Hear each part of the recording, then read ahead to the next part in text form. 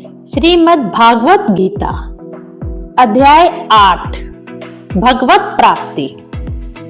इस अध्याय में भगवान श्री कृष्ण अर्जुन के द्वारा पूछे गए भ्रम क्या है आदि प्रश्नों का उत्तर देते हैं। भगवान कर्म, भक्ति तथा योग और शुद्ध भक्ति की भी व्याख्या करते हैं। अर्जुन उवाच किम तद्भ्रम किम ध्यात्मम किम करम पुरुषोत्तम अधिभूतम च किम प्रोक्तम धी देवम किम चयते। अर्जुन ने कहा, हे भगवान, हे पुरुषोत्तम, भ्रम क्या है, आत्मा क्या है, सकाम कर्म क्या है, यह भौतिक जगत क्या है तथा देवता क्या है, कृपा करके यह सब मुझे बताइए। अर्जुन ने परमेश्वर को पुरुषोत्तम कहकर संबोधित किया है, जिसका अर्थ है कि ये सारे प्रश्न एक मित्र से नहीं अपितु परम पुरुष से उन्हें परम प्रमाण मानकर पूछ रहा था, जो निश्चित ही उत्तर देने में सक्षम है। अधियज्ञः कथम कोहोत्र देहे श्रीमन् मधुसूदन प्रिया काले च कथम गयोपिसी नित्याम में विभा। हे मधुसूदन, यज्ञ का स्वामी कौन है और वह शरीर में कैसे रहता है और मृत्यु के समय भक्ति में लगे रहने वाले आपको कैसे जान पाते हैं।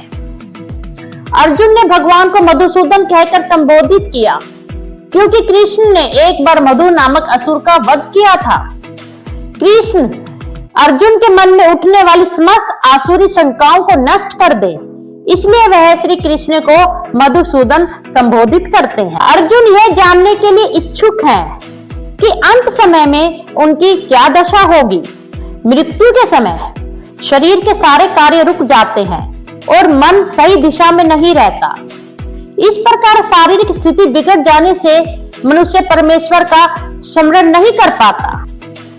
अंत काले च मामेव स्मरण मुक्त्वा कलेवरम यह प्रयाति स मद्भावम याति नास्त्यत्र संशयः।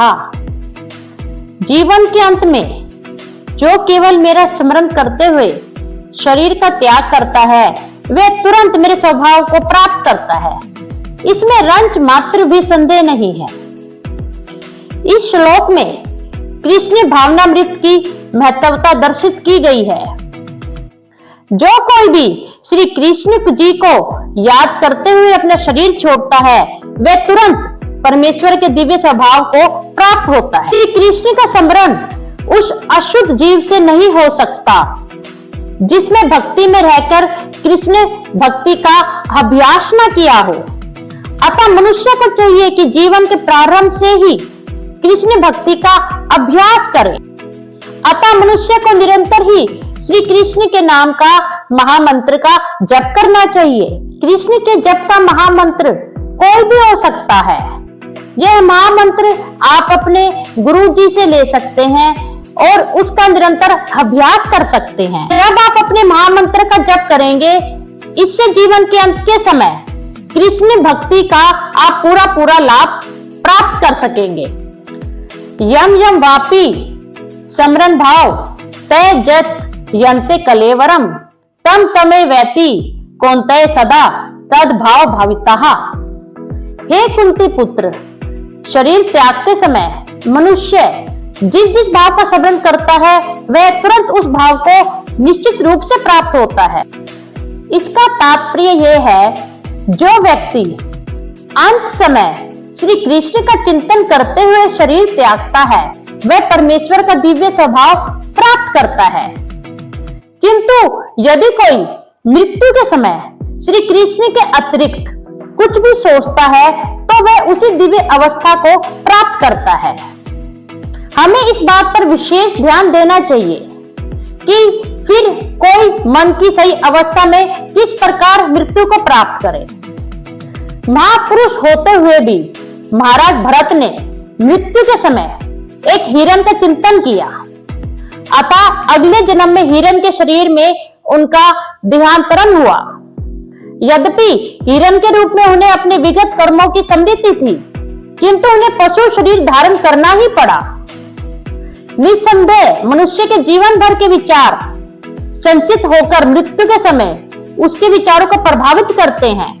अतः इस जीवन से उसका अगला जीवन बनता है। अगर कोई इस जीवन में सतोगुनी होता है और श्री कृष्ण का निरंतर चिंतन करता है, तो यह संभावना होती है कि मृत्यु के समय उसे कृष्ण का स्मरण बना रहे।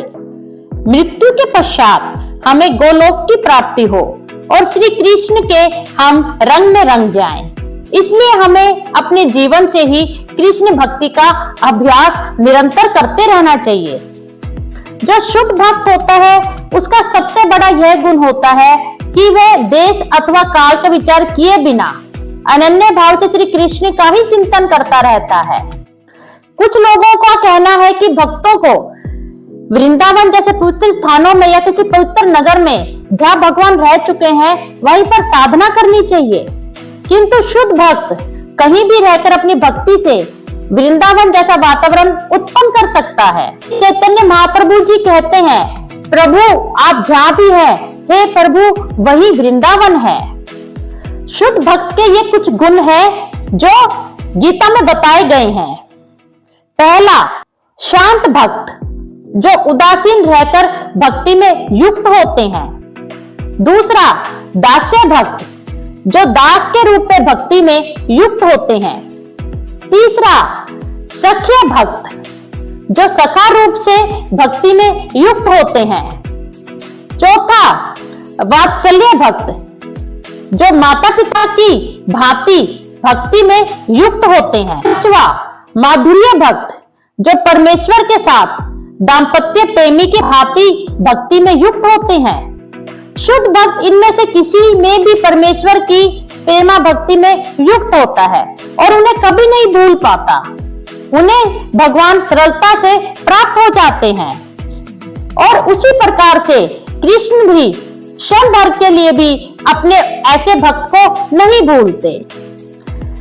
व्यक्तोषर इत युक्त सत माहुआ परमामम गतिम यम प्रापय न निर्तन्ते तथाम परमम मम। जिसे वेदांती अप्रकट तथा अविनाशी बताते हैं, जो परम गंतव्य है, जिसे प्राप्त कर लेने पर कोई वापस नहीं आता, वही मेरा परम धाम है। ब्रह्म संहिता में भगवान श्री कृष्ण के परम धाम को चिंतामणि धाम कहा गया है, जो ऐसा स्थान है जहाँ सारी इच्छाएं पूरी होती हैं।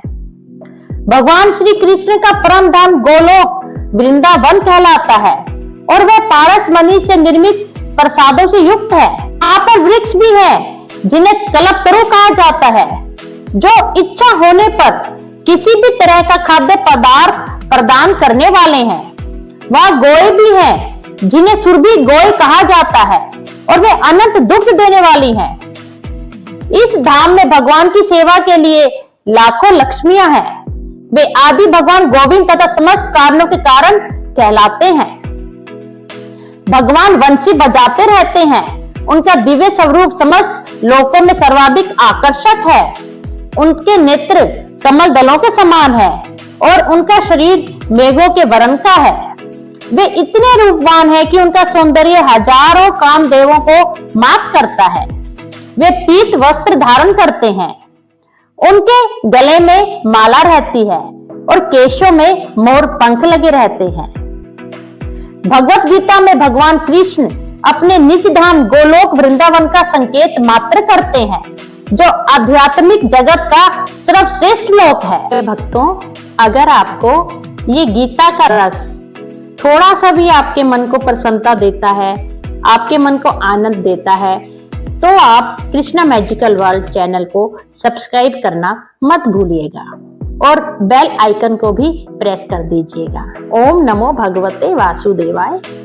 अतः इन श्लोकों से बिल्कुल स्पष्ट हो जाता है कि श्री कृष्ण कहते हैं, जो निरंतर मुझको भजने का अभ्यास करता है, वह मृत्यु के समय भी मुझे ही भजता है और जिससे वह गोलोक धाम की बहुत ही सहज प्राप्ति कर लेता है, परंतु उसे एक शुद्ध भक्त के रूप में अपना जीवन यापन करना चाहिए।